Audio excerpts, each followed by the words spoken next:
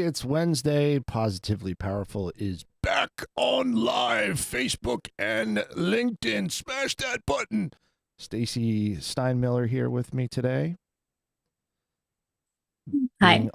Being awesome as usual. I just wanted to go back real quick and bring up our graphic. We both have our hands on our chins. I just realized that now. Like we're both doing the hand to chin thing, which I wonder It what feels that means. powerful. Is it is I that think is it's that our like power I pose? don't I think so. I don't know that I go by vibes. I don't know why I pick things when I pick things. I'm like, I'm gonna use this picture of me, and then I'm like, go literally just went through your Facebook and stole a And pulled picture one. off of And pulled it. one. Yeah. Yeah, that's what I did. That's good. That's good. Everybody, put your power picture in the comments below. I want to see your power Like picture. it's like the with the thinker, what's the Yes, thing? yes. Yeah, yeah, yeah. Oh boy. So one of the things that we've talked about constantly, or not specifically talked about, but has been popping up in our conversations since we've started speaking together, is the notion of energy, of energy, like what kind of energy you're bringing into whatever it is, be it a conversation, a relationship, a task, Mhm. something. And I had a question for you, because I know that you've said this to me many times, like, what's your energy going into this? Like, oh, I have to have this conversation with this person. And what was your energy going into it? Well, I was scared. I was maybe combative. I was this and that. And that energy came through, even if I tried to put on a smile or put on a nice facade, Mhm. that deep down that energy still came through somehow. So I was wondering, is there a way to really like get that energy right? Like, how do you Yeah. know that that energy is right? Is it something? Because I feel like for me, I'm gonna have to like meditate on that shit for a while. Like, I'm gonna have to sit here Mhm. and, all right, I need to sit here for 5 minutes and say, all right, you're gonna be cool. You're gonna be cool. You're gonna be cool. You know what I mean? I mean, is that kind of, is that your, what you mean by like setting your energy and setting your intention for something? Um, well, I wouldn't recommend doing it that way because you're trying to force or convince yourself of something that doesn't feel true or accurate. Sorry, my cat is But destroying that's my furniture. that's the perfect actually segue into something we haven't started yet. That idea of forcing yourself. So maybe the better question is, what is the difference between your true energy of intention and what you're forcing yourself? Like, how do you know that you're, you know what I mean? Like, the difference between Mhm. the two. I'm forcing myself to be this way, but am I really that way? Even sometimes you believe, after you force yourself, you believe it, but maybe deep Yeah. down you're not there. Yeah. Well, this is where it gets juicier, and this is where the work comes in, and the nuance, and knowing yourself, and doing the work individually to know you and like your specific pulls and so forth. Um, so so to kind of really know the difference, one thing is, am I allowing this, or yeah, am I fixated on making it a certain way? Am I in control, or am in a place of allowing? Mm. So if we want to like set our intention, we can say what we desire, but then it's more of allowing that to happen instead of forcing it to happen, if that's enough distinction. And we can get more detailed. Forcing it. Well, I mean, it's actually a theme. It's actually a theme. If you, I remember like being as a kid, with my toys or whatever, or putting something together even now as an old man. um, that idea of not forcing something, like this stupid thing from IKEA won't fit together. They Right. drilled the holes a millimeter off and it won't. Don't force it, because if Yes. you force it, it's Right. going to It'll break. break. It'll break. Yes. And Yes. that's like a never ending kind of theme for me. Like, every time I try to force something, force an issue, force a, piece of equipment together, whatever, inevitably something breaks. Breaks. Exactly. Exactly. So we want to, yeah, get in the energy of like warming it up or being curious or playful or "Okay, well, what happens if I do this or what happens if I do that or what do I notice?" Sorry. So like we're talking, what happens if I just sort of slap you? What happens if I do that? No, I'm just kidding. But Um, that's a thing too, right? Like touch, we can talk about this with any different topic, really. But yeah. um yeah. Yeah, it's being playful and curious and more of in that moment. So let's use a specific example because I think it'll be better. So you were talking about like a conversation. So what would be your desired feeling state in the conversation? What would that be, for example? Um, I would want. I don't know. That's a. I guess it depends on Yeah, the you already conversation, stumped you. but yeah, but it would be. Maybe I'm at a loss for words. Like whatever it would like. I can't think of the word. Being on the same page Hmm. with Like the understood. understood, equal with the other person. Like Yeah. we're both in the same place at that time, going into it with Yeah. the same intentions, with the same emotions, with all of that being matched, I guess, matched Okay. emotions, matched energy, Yeah.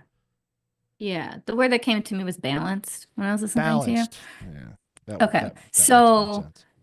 yeah. So then, all right, if I want to have a conversation, I want to feel balanced, I want to feel even keel, right?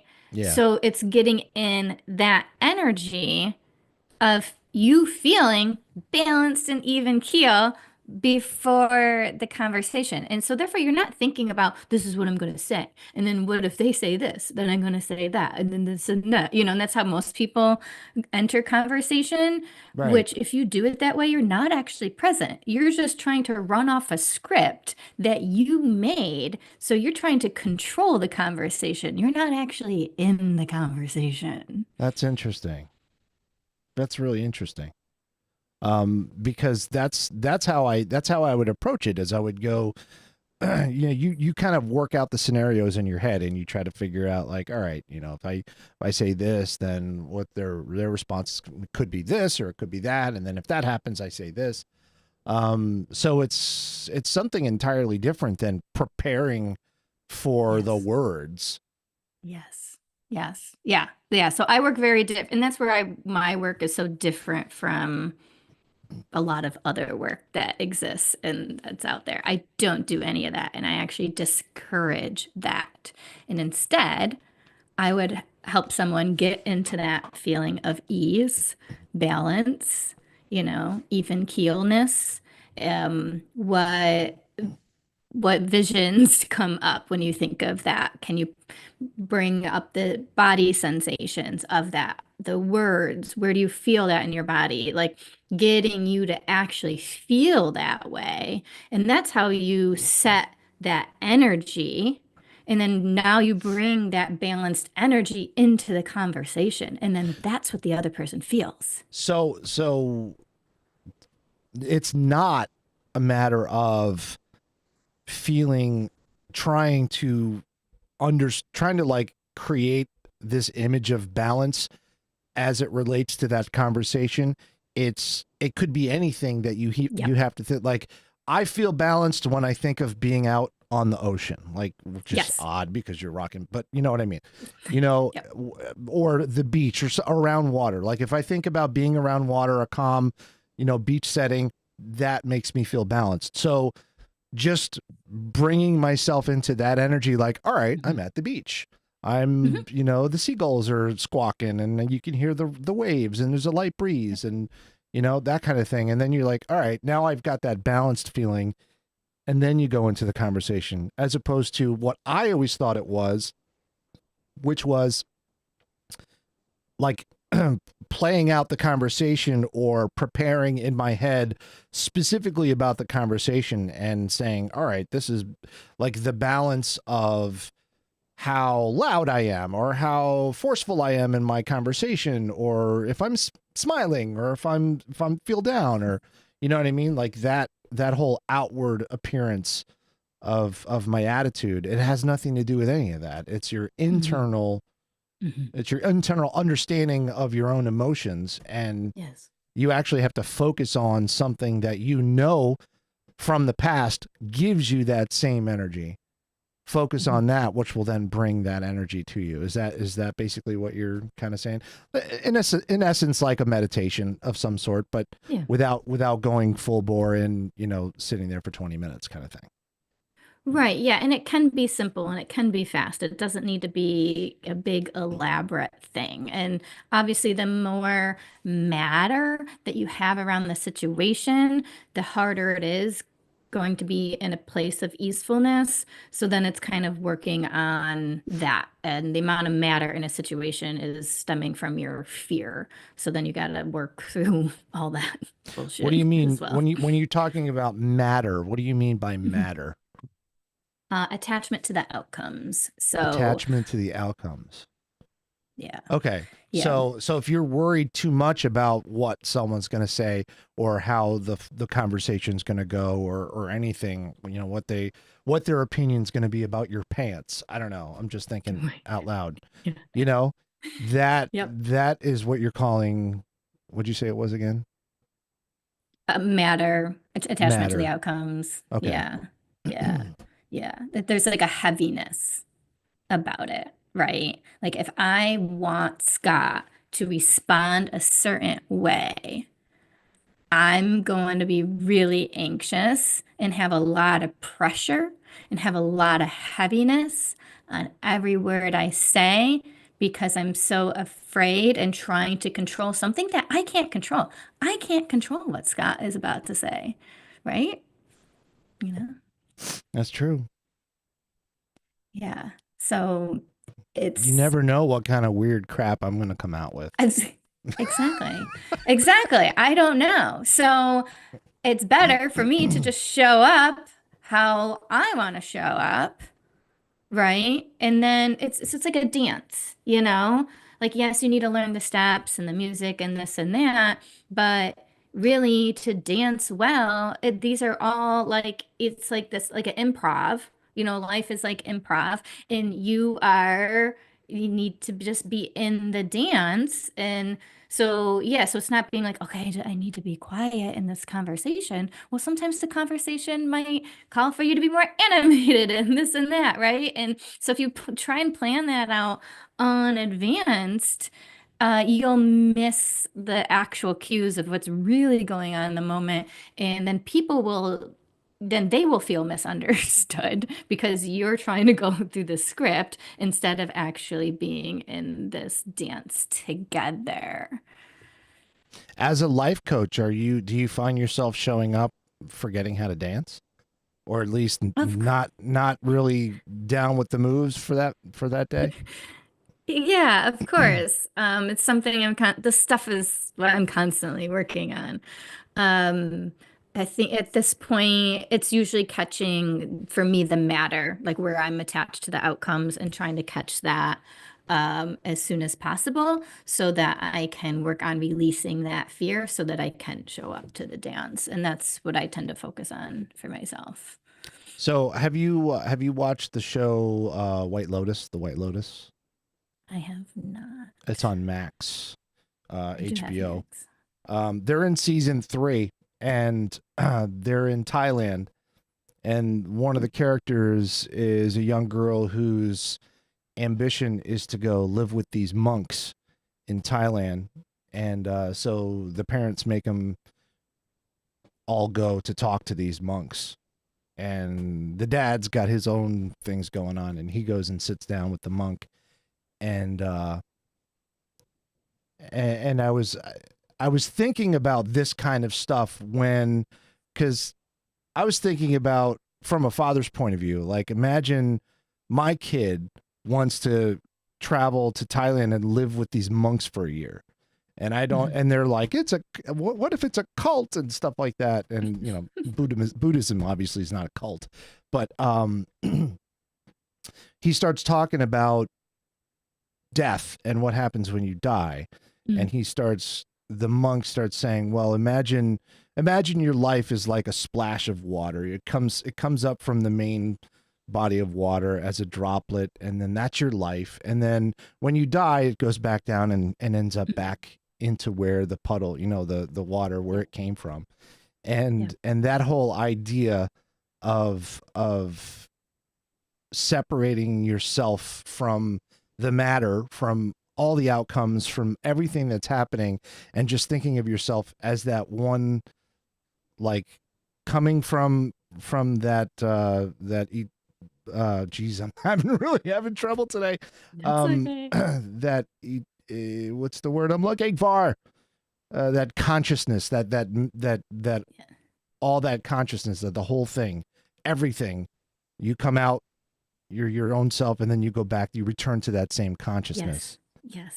And And that you whole, still are it when you are the water you're drop just a too. piece of it. You're just a piece of it. Yes, like But it's all there's the still, same. yeah, you're still the same. You're still this made up of the same things. Exactly. And that like when I was watching that scene, I was thinking of all this kind of stuff. I was thinking about what we were going to talk about today. I was thinking about all the stuff that you talked to me about energy and about mindfulness and about separating yourself from the outcomes and all of those things. And I thought about it for a second, and I just had this incredible fascination with those Buddhist monks that, they're in robes and they live simple lives, but they are happy. They're full of joy. They're peaceful. They're full, and they're not worrying about all of the crap that now. I'm not saying I'm gonna, go to Thailand and become a monk, but just that whole concept of what they devote their lives to, that philosophy, to that idea of finding that inner joy and that inner peace and everything like that. And I think everybody, to some extent, that's what they're hoping to find, but that they're looking elsewhere for it. They're looking outside. They're trying to find, and they're trying to find those in that matter, in the outcomes. Right. If I do this outcome's going to happen. It's going to make me feel joy. But the joy actually is supposed to come from your own energy, which that whole thing, that whole concept is just, it's mind blowing for me. And it's really difficult. It takes a bit. It takes a bit. It's something that happens over time. But I want to say something about the monk stuff. So like the life of a monk is the same every day. They get up at the same time every day. They meditate at the same time every day. They eat at the same time every day. Their work is the same every day. Their day is lined up and it's going to be the same for the rest of their life. So the way they set up their life is there is no desire for any outcome. You just are in each thing and you already know what that's going to be, and that has been decided for you. So it's sacrificing that ego. It's the full sacrifice of that ego desire to have these things that most humans want and want to play with in the world. So it's really interesting. Yeah, I could talk about all that stuff for that's just beyond comprehension for me. I mean, I think about how difficult it is to like prepare my energy for going into whatever it is. I'm going to go into a conversation. I got to prepare my energy, and I'm concentrating on it. I'm working hard on it. I'm probably overdoing it. I'm overthinking it. I'm doing all this stuff. And then I see this guy, obviously it was just an actor in a show, but representing real people in this robe, sitting there, doing whatever it is they do during the day, meditating, chanting, chanting. They're gardening, they're doing chores, they're doing things like that. And they're perfectly content living in that moment doing whatever it is that they're doing, not worrying about anything, Yeah. at least as far as we know. And that Right. I can't fathom that. I can't imagine how many years how long it has to take someone to get to that point in themselves, in their mind and in their soul, to be content with that lifestyle and to just be in harmony with it. Like, I think just being in harmony with anything is a real challenge. There's a surrender that has to happen for Hmm. that, And what do you mean by right? that? Surrender.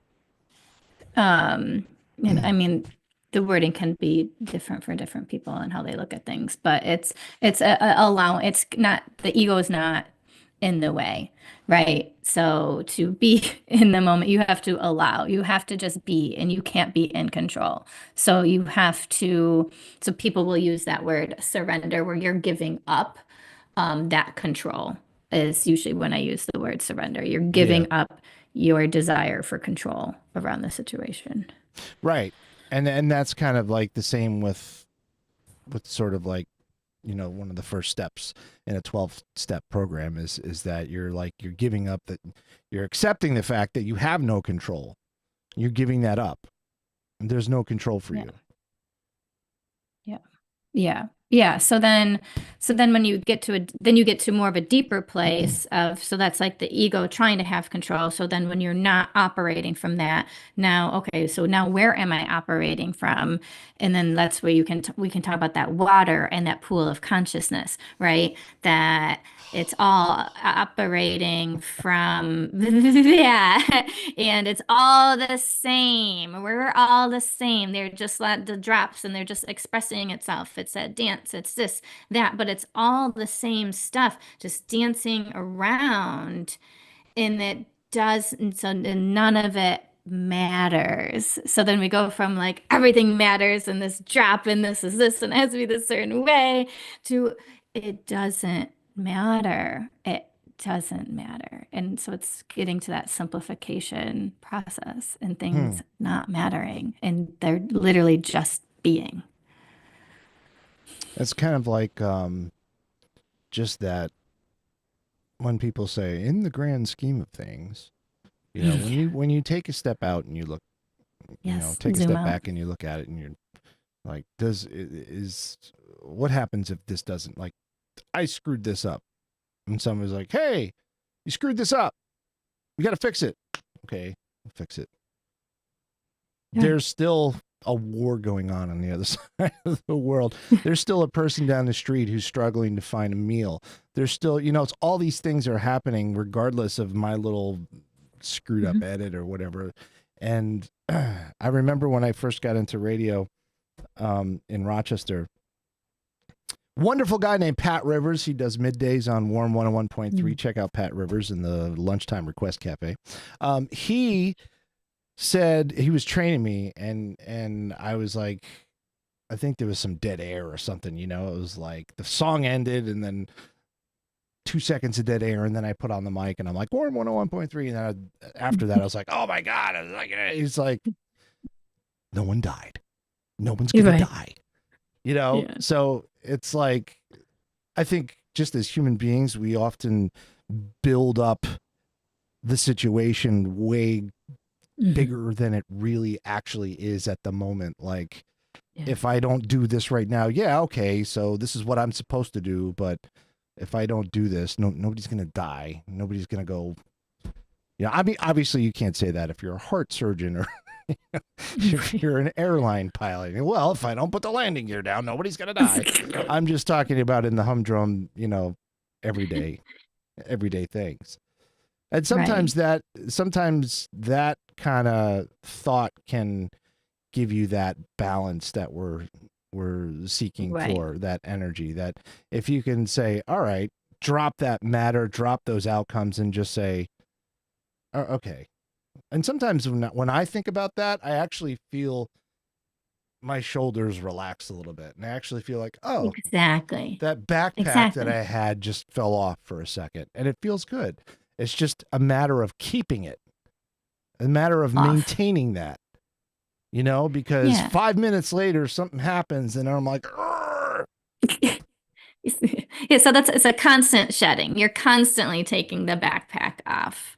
And so it's just recognizing when the backpack's on and being like, oh, I put my backpack on. And then you Yeah, throw it Matt off. White. Will it matter in 5 hours, 5 days, 5 years? It's a good. That's Yeah. a good point. Yeah. Will it? Will it? Right. Does it? Is it going to matter? No. 5 years from now, even 5 hours from now, that's a really great way to think about it. Like, how long is it going to matter for? Maybe 5 minutes. Right. Yeah.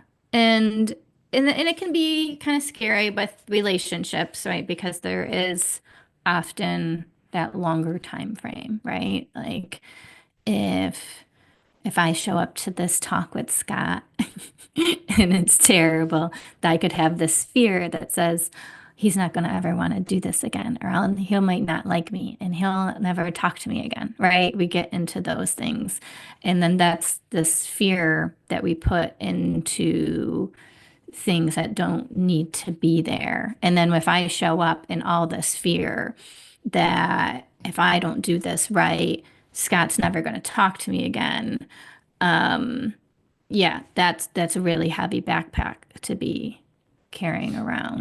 I think the only thing that you could ever do that would force This me is to just an not example. speak to you again is maybe message me some random picture of me at an event where there's a picture I look I'm having I'm gonna trouble. die. So I'm Yeah, at tell this the story. This is I'm at great. this event, I'm working this event, and I look in my messenger in Facebook, and there's a picture of me sitting at the event from this side, from this angle, and I'm like, who the hell just took that picture? And it's from Stacy. So I look in the crowd and I don't see Stacy, and I'm looking, and people are looking at me looking, and I'm trying to like kind of like look without looking. And I'm looking, and I'm like, all right, this is weird. How the hell did you just send me a picture of myself sitting where I'm sitting right now, and you're not here? And it was a great example of why you should go to radicallifecoach.com and hire Stacy to be your business coach, because she is omniscient, omnipresent. She has minions and spies everywhere. They're always watching. And then she goes ahead and starts giving me advice on how I should sell to the people at this event. And I'm like, I don't know, it's not really that appropriate, but uh tell you what, that was pretty amazing. It was amazing. I was dying. I was literally sitting on my couch. It was Saturday morning. Like my daughter was still asleep. I was literally just sitting on the couch. And then my friend is like, "Hey, who's that guy that you do the podcast with?" And he's like, "Is this him?" And I was like, "Yeah, that's him." So then I sent it to you. My first thought was like, what the hell are you doing at a cybersecurity seminar? Like, Hey, why are you I show here? up at random places. Yeah, I You know. never know where you're That's what gonna I was see me. thinking. That's another thing. That's what I was thinking. I was like, oh, is this part of her weird ass like networking strategy to like show up at these things that yeah. Just show up but wait, there's a point that I want to make too with all of this is it reminds me of being willing to look the fool. So when we take that backpack off, right, and make things not matter and you feel that lightness, now we have more capacity to look the fool. And that's when we get to really play. Like if I don't care that people will think I am a fool, then I'm able to take these risks that could result in something bigger and better than I could have ever come up with myself if I was trying to control. Oh So yeah. there Oh is, yeah. yeah, so there is That's this like fun huge. thing of looking the fool, right? That's huge because Yeah. that's been my biggest fear in my entire life. Besides sharks, has been looking the fool. You know what I Yeah. mean? Like that moment of, oh, people are gonna look at me and go, "What are you doing, you weirdo?" It doesn't matter Yeah. where I am too. It could be getting in the wrong line at the grocery store, standing in line, people going, why are you in that line? It's Yeah. like that silly fear, and if you think about it, it's like, who cares? Who cares what these idiots think, or what line I'm in, or the fact that I missed this or didn't pick this up? Just like mundane things that I'm Yeah. worrying about other people seeing. Yeah. Like, does this hat Yeah. look stupid on me? Are people gonna make fun of me with this hat on? Like, nobody even sees me. They don't know I'm wearing a hat because they can't see me or the hat. Right. So something that you can do to break that conditioning is to do something to intentionally look the fool so that you can then survive it and realize that you're still alive and all is well. So, So I spend you my know, whole life trying to not look the fool, and yet just all to, the while I'm looking the fool. So yeah. hey, I you've got love it. you've got some fans. Stacy has so helped me take risks I would not normally taken.